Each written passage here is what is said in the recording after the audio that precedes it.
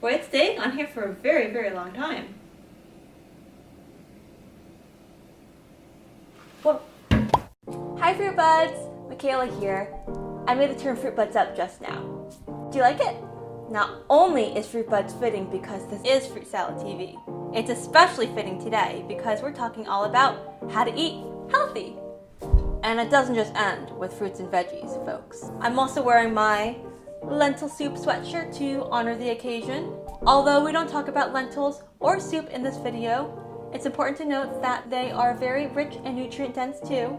This video is part of the Sweet New Year series, where I post a new video every week of January, specifically related to common New Year's resolutions to get your new year started off right. New year, new you. Ever hear that phrase?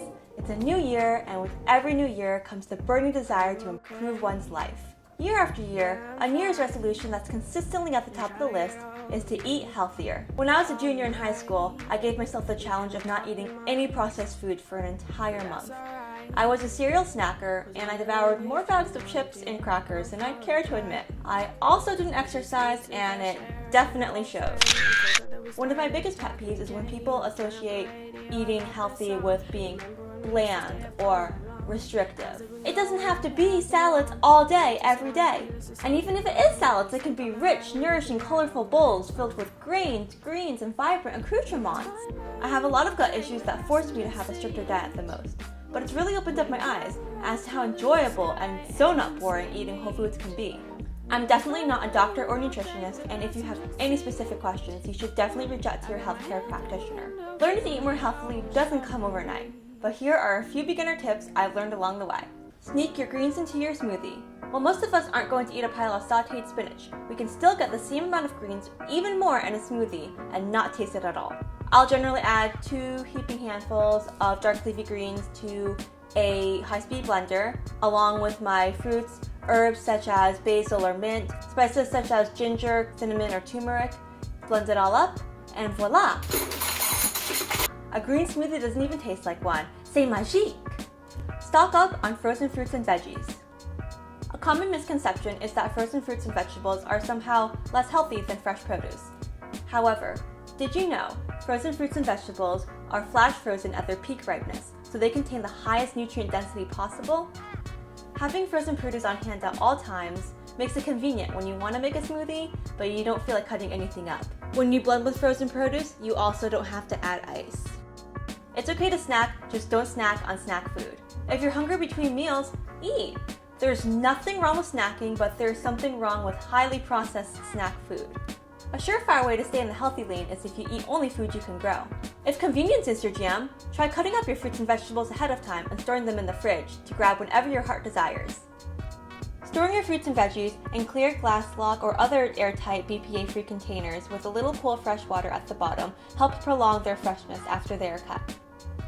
Change out the water every few days for even longer-term storage. And if you really want to delve into the world of packaged foods, there are a few brands out there that are doing it right. Just make sure the ingredients list is roughly 6 ingredients or less and doesn't contain highly processed oils such as sunflower or safflower. Eat more fat. I don't know where the fat-free trend ever came about, but it is no bueno. In order to function properly, our brains need fat. Amazing sources of fat can be found in fish, nuts, seeds, dark leafy greens, and avocados. Use coconut oil, avocado oil, or ghee when you cook, not olive oil. Olive oil is amazing too, but not to cook with because it has a low smoke point, which means it will start to break down when cooked at high temperatures. Eating more fat will make you feel more satiated, stay fuller longer, help keep your skin soft and smooth, prevent wrinkles, and even help burn fat. Counterintuitive, right? Eat mindfully. This last tip doesn't have to do with what we eat, but rather how we eat. If we eat when we're stressed, anxious, or in a rush, we're really not tuning in with our body and allowing ourselves to process what we're nourishing it with. This wreaks havoc on our body's digestion, absorption, and elimination. For years, even though I was eating extremely healthy, I'd still get bloated a lot, which meant that my body wasn't properly absorbing nutrients.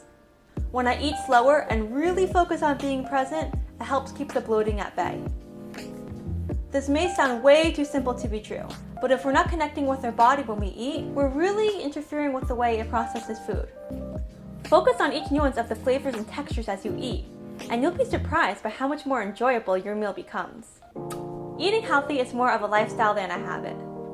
That doesn't mean you can never treat yourself. Staying within the boundaries of 80% healthy, 20% treat is a general rule of thumb most nutritionists prescribe. If it's within your means, try to buy organic or shop at your local farmer's market to ensure you're getting the most nutrient-dense version of the food possible. It may feel scary to make such big changes, but when we think of the long-term benefits, it's an investment on our health.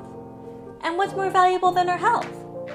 Find a buddy who wants to join you on the healthy eating train to help keep you company. Read healthy recipe blogs for inspiration, take a walk through your local farmer's market, find a food you've never eaten, and challenge yourself to cook with it that week.